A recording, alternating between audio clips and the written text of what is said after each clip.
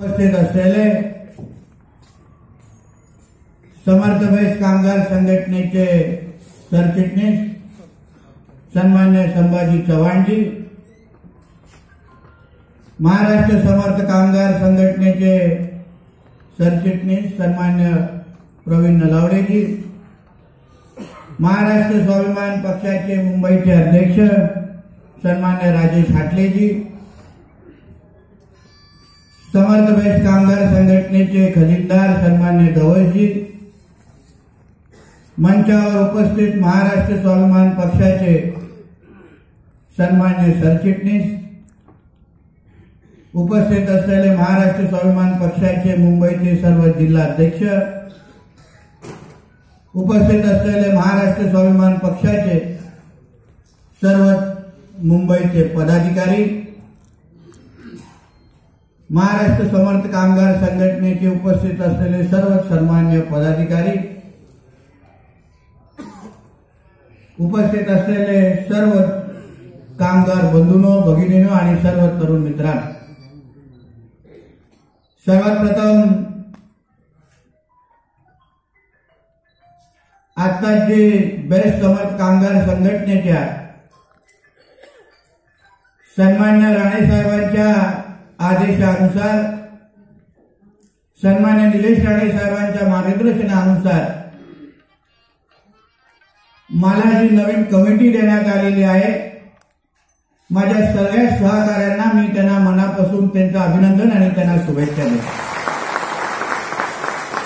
त्याचबरोबर कालच सन्मान्य राणे साहेबांनी महाराष्ट्र स्वाभिमान पक्षाचे मुंबईचे 2 सरचिटणीस नेमलेले आहेत,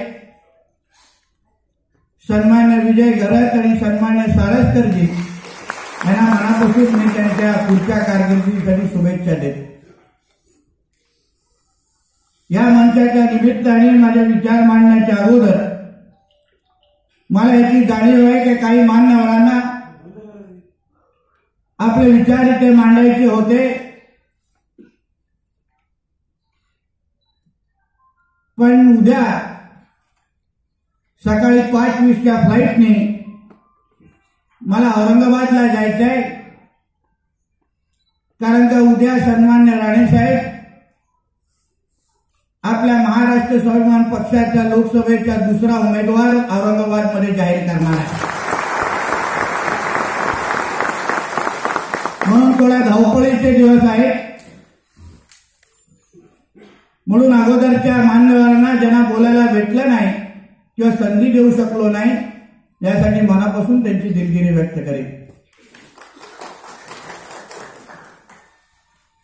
बेस्ट समर्थ कामगार संघटनेच्या आज जो अध्यक्ष पद मला सन्मान्य राणे साहेबांनी, सन्मान्य निलेश राणे साहेबांनी जी माझ्या खांद्यावर ही जबाबदारी टाकलेली आहे, त्यासाठी मी माझ्या दोन्ही नेत्यांना मी मनापासून त्यांचे आभार मानतो। त्याचबरोबर माझ्या अगोदर सन्मान्य आमदार काळीदास कोळंबकर साहेबांनी जी जबाबदारी पहिल्यांदा स्वीकारली होती, ती जबाबदारी नंतर संभाजी चव्हाणजी नंतर आणि माझ्याकडे आता आलेली आहे। म्हणून यापुढे काम करत असताना सन्मान्य कोळंबकर साहेबांचा मार्गदर्शन मी सतत घेत राहील, म्हणून याही निमित्ताने त्यांचाही मी आभार मानेन। बांधवांनो, आज बेस्ट समर्थ कामगार संघटनेच्या हा अध्यक्षाचा पदभार स्वीकारल्यानंतर, पद स्वीकारल्यानंतर मी आपल्याशी संवाद साधण्यासाठी आणि माझ्या बेस्ट कामगार संघटनेच्या कामगारांशी काही विचार आपल्यासमोर मांडण्यासाठी मी इथे उभा आहे। सन्मान्य राणे साहेबांनी सन्मान्य राणे साहेबांकडे काही दिवसा अगोदर जेव्हा संभाजी चव्हाणजी आणि अन्य गवसजी आणि सगळेच सहकारी आमचे गेले, साहेबांना विनंती केली की आपण नितेशजींना अध्यक्षपदाची जबाबदारी द्यावी आणि मग त्यानंतर माझ्याकडे आले आणि मला सांगितलं की नितेशजी अशा अशा पद्धतीने आम्ही राणे साहेबांकडे विनंती केली आहे की आपण बेस्ट समर्थ कामगार संघटनेची जबाबदारी घ्यावी. मी त्यांना एकाच वाक्यामध्ये सांगितलं की आम्ही राणे साहेबांचे मावळे आहोत आणि आमच्या नेत्यांनी एकदा जबाबदारी कुठलीही दिली तर त्याला नाही बोलण्याची सवय आमच्यामध्ये नाहीये आणि ती पूर्ण पद्धतीने पार पाडणं आणि त्या जबाबदारीला 100% देणं हे आमच्यासारख्या कार्यकर्त्यांचं काम आहे. पदभार स्वीकारल्यानंतर या मीटिंग जी आयोजित केली तेव्हा आम्ही ठरवलं की आज पहिला दिवस आहे आणि पुढची दिशा आणि मार्ग कसा असणार, कार्यपद्धती कशी असणार, या सगळ्या बाबतीमध्ये आपल्या सगळ्यांची चर्चा केली पाहिजे, आपल्या सगळ्यांशी बोललं पाहिजे. कारण का शेवटी हा जो पुढचा प्रवास आहे हा आम्ही अध्यक्ष किंवा आमची जी कार्यकारिणी आहे आम्ही काय स्वतःसाठी करणार नाही, पण आमच्या बीएसटीचा कामगार ह्याला आपल्या न्याय हक्कासाठी जी जबाबदारी त्यांनी आमच्या खांद्यावर टाकली आहे यापुढे ती जबाबदारी आम्हाला 100% पार पाडण्यासाठी आमच्या कामगारांची साथ हवी आणि त्यांची ताकद हवी आहे. हा प्रवास करत असताना बांधवांनो तुमच्या साथ आणि तुमच्या ताकदीशिवाय या गोष्टी खरं म्हटलं तर शक्य नाहीये. माझ्या अगोदर सगळेच मान्यवर आपल्याशी बोलले, प्रामुख्याने गवसजी आणि संभाजी चव्हाणजीने तांत्रिक पद्धतीने आणि काही जे काही इतिहास बीएसटीच्या निमित्ताने जो घडलाय तो सगळा इतिहास आपल्या समोर मांडलेला होता.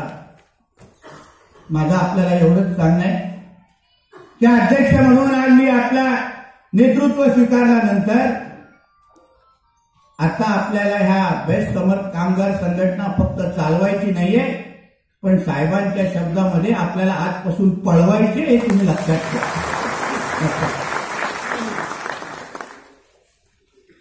आपल्या कामगारांचे असंख्य प्रश्न आहेत बीएसटीच्या समोर आहे. एक मोठा संप पण मध्ये 9 दिवसाचा घेऊन गेला आणि या पूर्ण प्रवासामध्ये जे अनुभव मी घेत होतो, मग बीएसटीच्या जीएमचा अनुभव असेल, अन्य कामगार संघटनेचा अनुभव असेल, त्या कृती समितीमध्ये जे जे काय घडत होतं त्याचे अनुभव असेल, सगळेच अनुभव मी खुल्या डोळ्यांनी पाहत होतो आणि घेत होतो. जेव्हा जेव्हा मिटिंगा व्हायच्या, जेव्हा जेव्हा महापालिका आयुक्ताला भेटायला जायचो, जेव्हा जेव्हा जीएमला भेटायला जायचो, कृती समितीबद्दल जेव्हा माहिती घ्यायचो तेव्हा सगळ्याच बाबतीमध्ये मला आश्चर्य वाटायचं की ह्या प्रत्येक लोकांना महापालिका आयुक्त असेल, जीएम असेल, कृती समितीमध्ये असलेले हे जे काही अन्य कामगार संघटना असतील या सगळ्या लोकांना कामगारांचे प्रश्न चांगल्या पद्धतीने माहिती आहे. त्यांना माहिती आहे की बीएसटीच्या कामगारांना नेमकं काय हवंय, मग नेमका हा प्रश्न सुटत का नाही हा माझ्यासमोरचा खरं म्हटलं तर प्रश्न आहे. जेव्हा जेव्हा विचारायचो तेव्हा मला सांगण्यात यायची की चर्चा चालू आहे. कधी 9 तास चर्चा, कधी 4 तास चर्चा, कधी 9 दिवस स्ट्राईक चालू.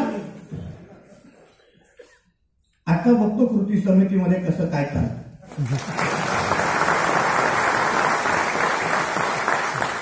बातमी जाऊन द्या तुमच्या जीएमकडे, रात्रभर उचक्या नाही लागलं तर माझं नाव इथे जाणार, कारण का त्याला आपली पद्धत माहिती आहे. मी काय अन्यच्या युनियनच्या लीडर सारखा नुसता येत नाही. अन्य युनियनचे लीडर येतात कधी, बीएसटी मध्ये जातात कधी हे कधीच कळत नाही. किंवा प्रवीण नलावडेजींना विचारा, अन्य लीडर येणार कधी, मॅनेजमेंटशी बोलणार कधी आणि मॅनेजमेंट खरं म्हणतं गांभीर्याने घेतं हे तुम्ही मॅनेजमेंटला कधी विचार.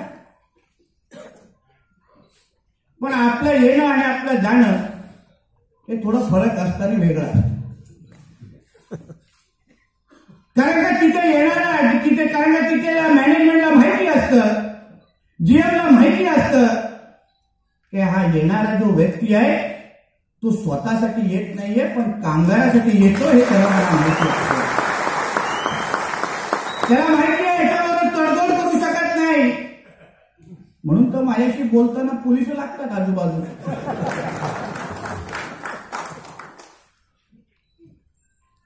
अजूनपर्यंत एक पण मॅनेजमेंटची मीटिंग संपलेली नाही किंवा झालेली नाही. मग समर्थ कामगार संघटना असेल किंवा बीएसटीचा तुमचा जीएमच्या पर्यंतचा भेट असेल किंवा महापालिका आयुक्त पुरीच्या पुरी फोर्स सगळीच्या सगळी तिथे उपस्थित असते.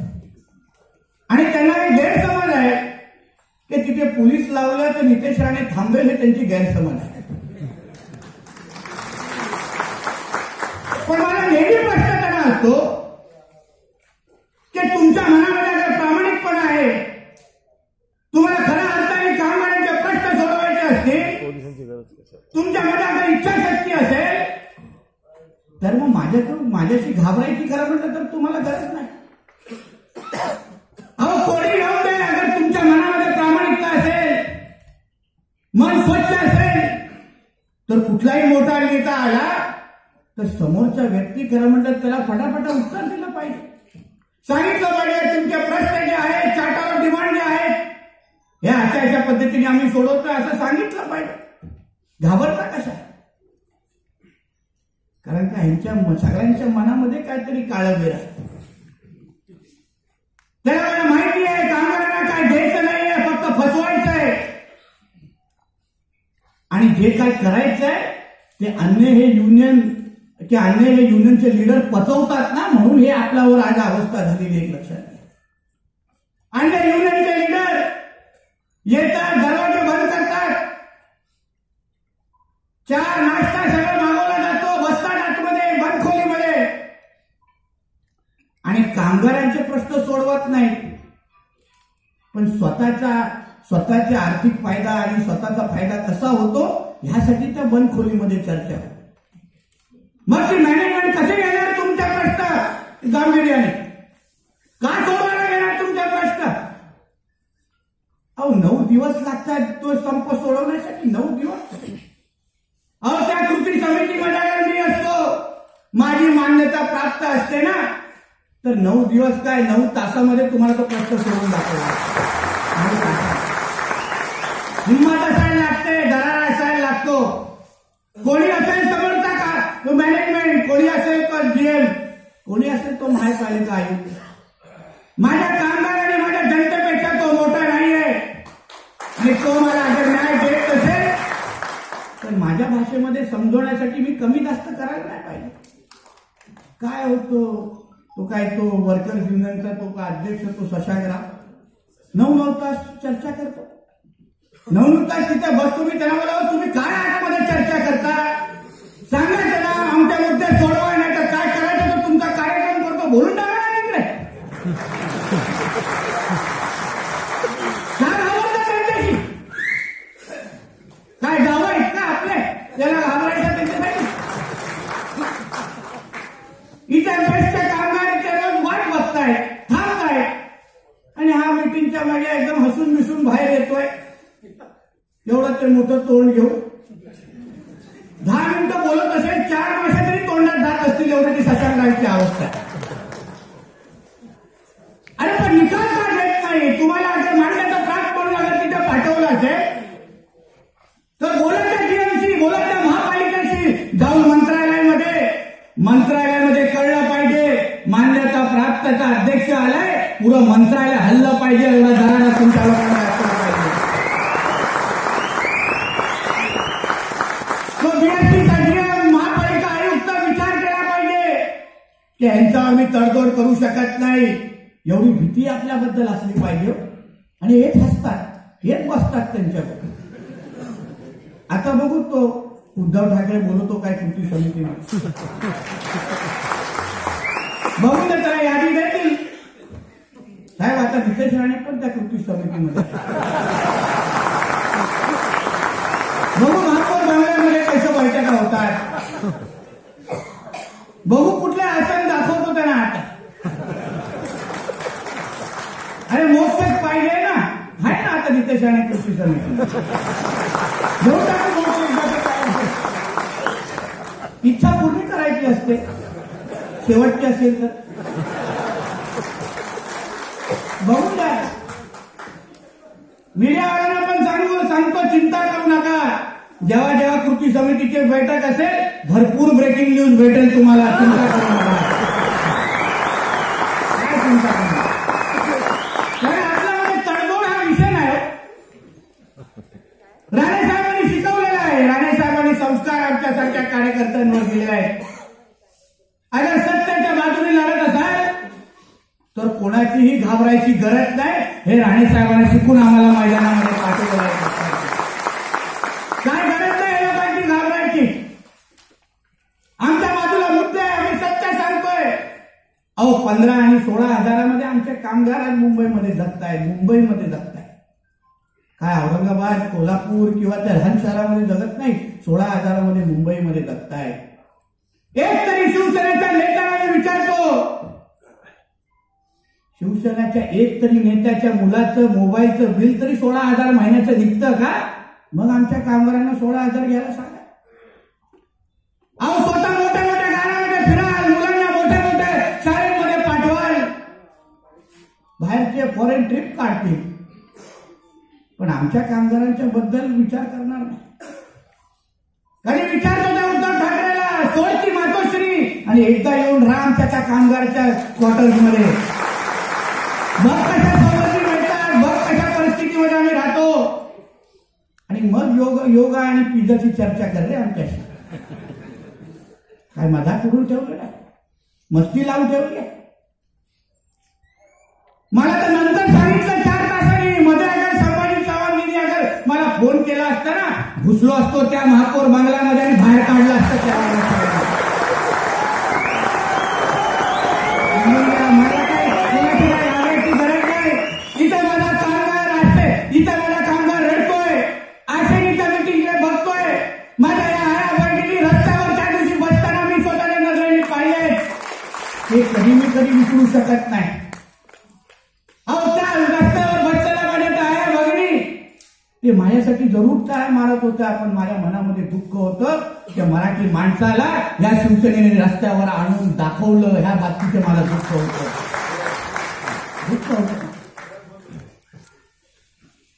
काय आली ही परिस्थिती हो.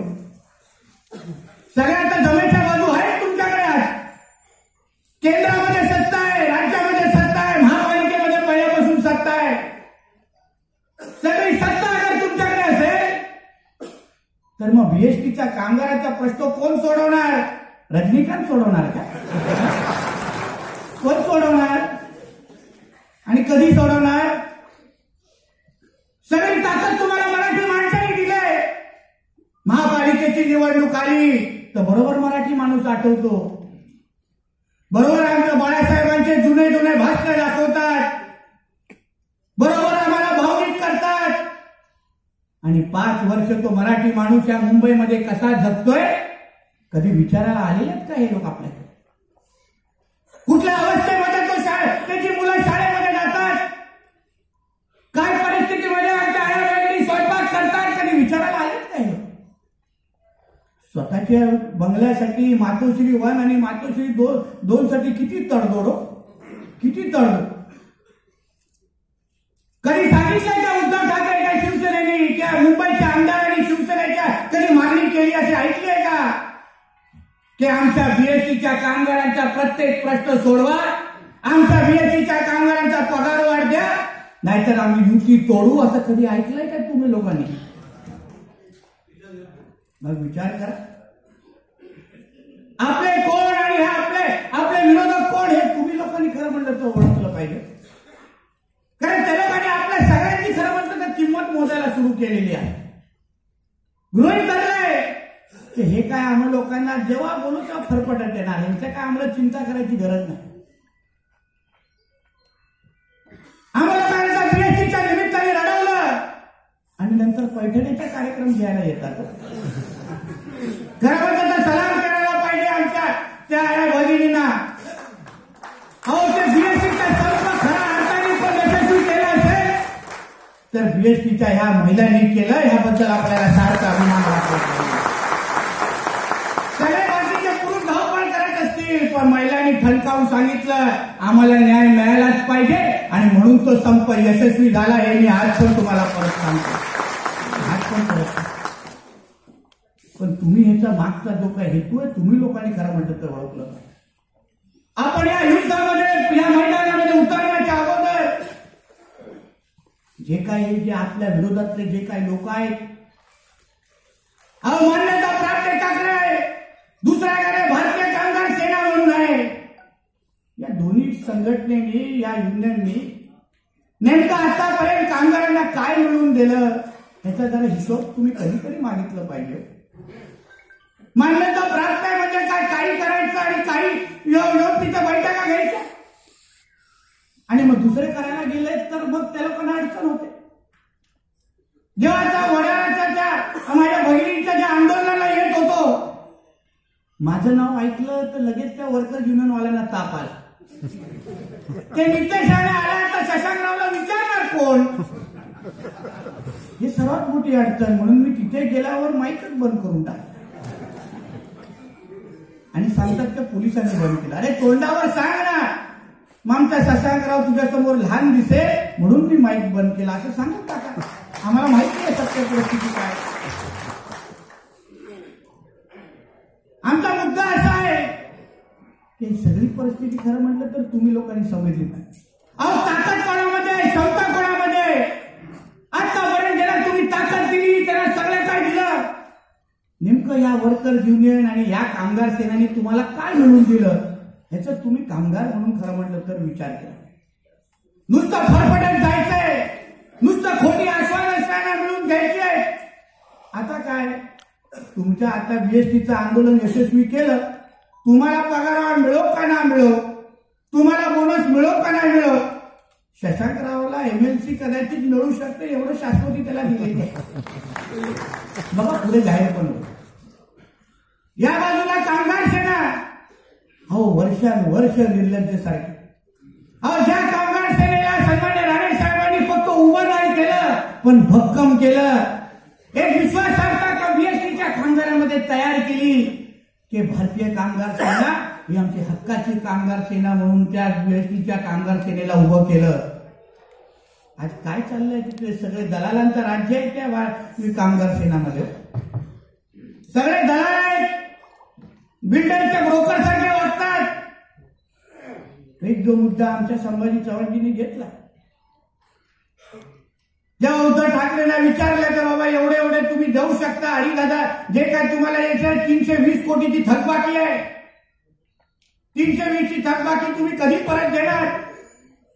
निर्लज्जसारखं उत्तर देऊन गेला. आणि मला आश्चर्य वाटत नाही हो संभाजी चव्हाण, तुम्ही उद्धव ठाकरेंकडून महाराष्ट्राच्या ज्या आता अपेक्षा संपलेल्या आहेत लक्षात घ्या. बहुतेक लोक तर त्यांना बाळासाहेब ठाकरे साहेबांचा मुलगा स्वीकारत पण नाही.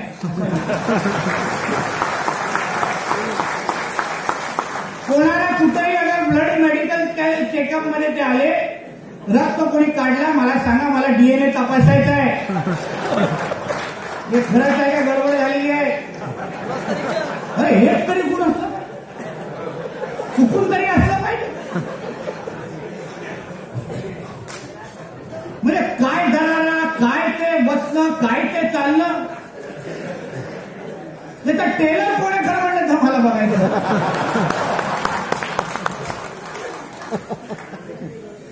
म्हणजे त्याच्या धब्ब्यामध्ये तो आदित्य ठाकरे पण राहू शकतो एवढा मोठा धब्बा. मग घरी बोलताना कपडे घालताना एकत्र घालत असतील आणि बाहेर घामध्ये चटकत असेल नाईट लाईफ साजरा करण्यात. अरे म्हणजे काय बोलायचं त्याला. याच पद्धतीने अगर बीएसटीच्या कामगाराला तुम्हाला अशाच पद्धतीने तुम्हाला आपल्याला आपलं आयुष्य खराब करायचं आहे का. माझ्या तेव्हा त्याला एवढंच पडलं होतं, केंद्रात सत्ता, राज्यात सत्ता, महापालिकेत सत्ता, तरी पण आम्हा लोकांना बीएसटीच्या मध्ये राहणाऱ्या मराठी माणसाला त्या नोटिसेस भेटतात कशा. कशी हिंमत होते, काय हिंमत होते त्या लोकांची? का विचार करत नाही आमच्या शिवसेनेची सत्ता आहे? का त्या अधिकाऱ्याचे हात कापलेले आहे नोटीस तयार करत असताना? का त्या अधिकाऱ्याने विचार केला नाही? त्या क्वार्टर्समध्ये जाऊन नोटीसेस देताना का विचार केला नाही? का आले नाही शिवसेनेचे आमदार नगरसेवक तेव्हा? का थांबवलं नाही त्या लोकांना आणि सांगितलं ह्या लोकांमुळे आज आम्हाला पद मिळालंय, यांच्या क्वार्टर्समध्ये पाऊल ठेवलं तर तुम्हाला परत जाऊन देणार नाही, असं का सांगितलं नाही कुठल्याही बीजेपीच्या म्हणजे शिवसेनेच्या आमदार आणि नगरसेवकांनी? सांगा मला, का भीती राहिली नाही त्यांच्यामध्ये? या बाबतीमध्ये आपण विचार केला. सगळे विकले गेलेले आहेत या अधिकाऱ्यांना, सगळ्या लोकांना माहिती आहे ह्या लोकांना कवडीमोल भावामध्ये आपण विकत घेऊ शकतो. त्यांना माहिती आहे की थोडं हे लोक रडतील, थोडा संघर्ष करतील, थोडी आंदोलन करतील आणि मग लगेच आम्ही त्या सगळ्या जमिनीवर जसं गिरणी कामगारांचं केलं, जसं खंबाट्याच्या कामगारांचं केलं, तसंच उद्या बीएसटीच्या कामगारांची अवस्था आम्ही करणार. असा फुल प्रूफ प्लॅन शिवसेनेचा तयार आहे. लक्षात घ्या. गिरणी कामगारांचा प्रवास तुम्ही व्यवस्थित ऐका, वाचा, अभ्यास करा. अशाच पद्धतीचा प्रवास गिरणी कामगारांचा चालू होता. अशीच आंदोलनं झाली, अशाच मराठी माणसाबद्दल कैवारी दाखवण्यात आलं आणि आजच्या एक पण गिरणी कामगारांच्या जमिनीवर एक मराठी माणूस घर घेऊ शकतो का? हा प्रश्न जरा त्या शिवसेनेच्या नेत्यांना विचारा. प्रीमियम रेट घेऊन पण मराठी माणूस आज तिथे घर घेऊ शकत नाही. त्याला बाहेर हकलवलं जातं, बोलतं तू इथे घर घेऊ शकत नाही, तुला इथे आम्ही घर देणार नाही, असं तोंडावर सांगितलं जातं. अहो, जमिनी आमच्या गिरणी कामगारांच्या होत्या ना, मग आमचा अधिकार नाही त्याच्यावर? आमची शिवसेना नाही लढू शकत त्यांच्यासाठी, आमच्यासाठी? काय ठणकावून सांगितलं नाही त्या बिल्डरला की ह्या इमारतीला तुला आम्ही जमीन देतो, इमारत बांधत असशील, टावर बांधत असशील तर निम्मे फ्लॅट मध्ये मराठी माणसंच राहिली पाहिजे, हे का सांगितलं नाही शिवसेनेने? म्हणून तुम्ही सगळ्या जणांनी त्यांचा खरा चेहरा ओळखला पाहिजे. आपला पुढचा प्रवास करत असताना तुम्ही बरोबर असाल तर निश्चित पद्धतीने प्रत्येक अशक्य गोष्टी शक्य करण्याची ताकद ही आमच्यामध्ये आहे, तुम्हाला माहिती. पण तुमची ताकद ही माझ्यासाठी फार महत्वाची आहे. मी संभाजी चव्हाणजींना मुद्दाहून विचारलं आज मेंबरशिप किती आहे? त्यांनी मला सांगितलं साहेब राणे साहेबांनी जेव्हा बेस्ट समर्थ कामगार संघटना काढली तेव्हा होती 8,000. आता गेल्या वर्षी 2-3 वर्षा अगोदर होती 2,000 आणि आज होती 1,000. आता मी 1,000 कामगारांसाठी आपली ताकद पणाला लावायची असेल तर तुम्ही सगळ्या जणांनी ह्याबद्दल विचार करा. तुम्ही अगर मला साथ देण्यासाठी तयार असाल, तुम्ही पूर्ण पद्धतीने ताकदीने उभं राहायला तयार असाल तर मी तुम्हाला सांगतो, एक जसं नाणर पळवलं, मराठ्यांना आरक्षण मिळवलं, तर खाजगीकरण पण होऊन देणार नाही, एवढा विश्वास तुम्हाला आजच्या. मी पण बघतो काय ताकद लावते तर त्यांना पण लावून दे. कुठला आयुक्त माझ्यासमोर उभं करतात, कुठला जीएम माझ्यासमोर उभं करतात, कुठला शिवसेनेचा नेता माझ्या आडवा येतो हे मी पण बघतो तुमच्यासाठी. पण मी तुमच्यासाठी अगर संघर्ष करायला तयार असेल तर माझी शक्ती आणि माझी ऊर्जा ही तुम्ही सगळेजण एक लक्षात ठेवा. तुम्ही मला ताकद द्या, तुम्ही एक फौज म्हणून माझ्या मागे उभं राहा आणि तुम्ही मोठ्या संख्येने मला सांगा की नितेशजी तुम्ही लढा, आम्ही सगळेजण तुमच्या बरोबर आहोत, तेव्हा जाऊन आता पण बोलताना तिथेच बोलताय.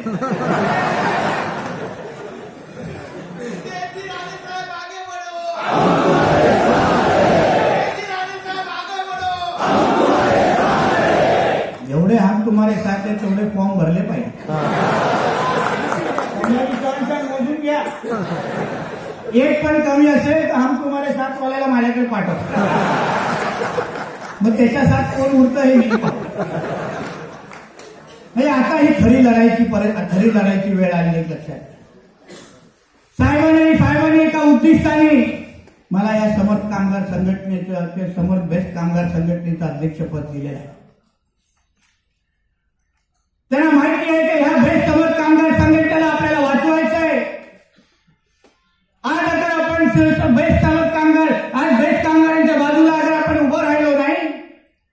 तर उद्या हे लोक आपला बेस्ट नावाची बस ही रस्त्यावर तुम्हाला दिसणार पण नाही, अशी परिस्थिती काय होण्याची परिस्थिती येईल.